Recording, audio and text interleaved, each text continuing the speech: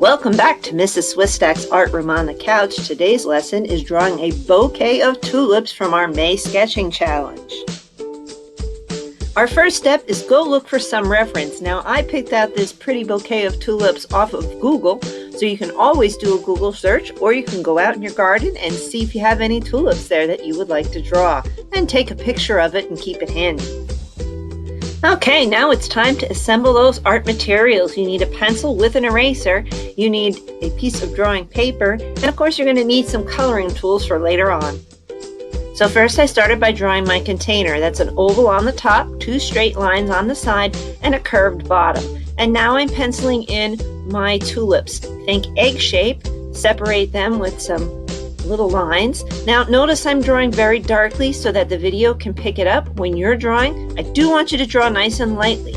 And now I'm adding in some stems. Notice where I go over my container, I erase where the container line is inside the stem. Here I'm continuing to draw the stems of my tulips from the tulip into the container, and I'm erasing the edge of the vase so that those tulips look like they're inside the vase. Now my stems go from my tulips all the way down into that vase, and I'm drawing them like nice long ovals. They don't have to be even because tulips are uneven and they can be a little rough. Now I'm drawing some long triangular leaves. They're going from the container out. I'm erasing the edge of the vase so that those leaves look like they're inside. So I'm just adding some more leaves here just to fill out that nice bouquet so it looks nice and full, and I'm making sure those stems go down into the container. To make your drawing look awesome, you want to add some extra detail. So right now I'm drawing in a horizon line behind my vase so that it looks like it's sitting on a surface, and here's a wiggly line for the water line. I'm putting some reflection lines so that it looks like it's a glass vase, and then a double line around the top here to show the rim of the glass vase. Last step is to make my vase look 3D by putting an upside down frown face so that it gives it that 3D look. Okay, now it's time for the fun part. It's time to add some color. So I picked two colored pencils, a light pink and a dark purple. I'm going to outline with my pink a little bit darkly first, and then I'm going to lightly fill it in with that pink. Now here comes the purple. I'm going to do my purple on the outlines, and then I'm going to just lightly shade it or lightly color it around the edges of the outlines to give it a nice three-dimensional shaded look. And let's hop around and do another tulip with those same colors. Here I am finishing up on the shading of my second tulip. You can see a little better how I'm using the purple to shade around the outside edges. And now two new colors, orange and yellow. I'm going to do the same technique, outline darkly and then fill it in lightly with the yellow, and then go back with the orange to add some shading to give it that three-dimensional look. And let's hop on over and try it again on a different one.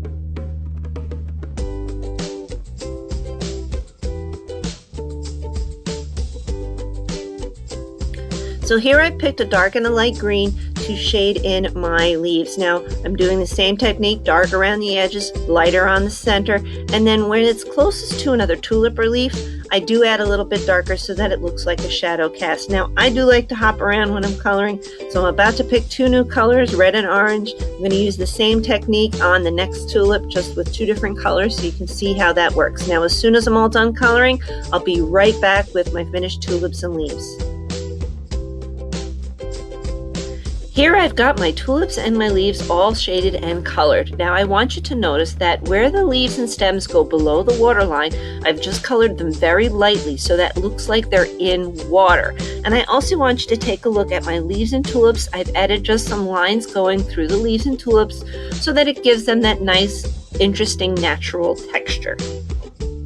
I picked a nice light blue for the background, and I'm coloring it a little bit lighter where the glass vase is, and a little bit darker around the outside where the leaves and the tulips are, just so that it looks like the glass vase is different from the background. I'm also putting a little bit on the rim of the glass vase, and when I get to the table, I'm going to use a nice dark blue, using that same concept, darker on the table, but then when it gets to the water part, a little bit lighter. And here I am coloring in with that dark blue on the table, and of course where the water is at, darker on the table, lighter where the glass is at, and just a touch darker at the bottom of the vase where that oval is at, just to give it that nice 3D effect. Here's the bottom of the vase, just a little bit darker than the water so that it looks like it's three-dimensional, and now I'm going to create a shadow. Oops, let me move my left hand out of the way. I'm going to shade it a little bit darker where it's closest to the vase and gets lighter as it gets towards the edge of the paper. Yes, a little bit does go behind the vase, so it gives it a nice three-dimensional look. And here's our completed drawing. I want you to notice that shadow that I created starts from behind the vase, goes out to the side, is darker where it's closer to the vase, and gets faded out as it gets towards the edge of the paper. Don't forget the last thing, sign your work. You did it, you're finished.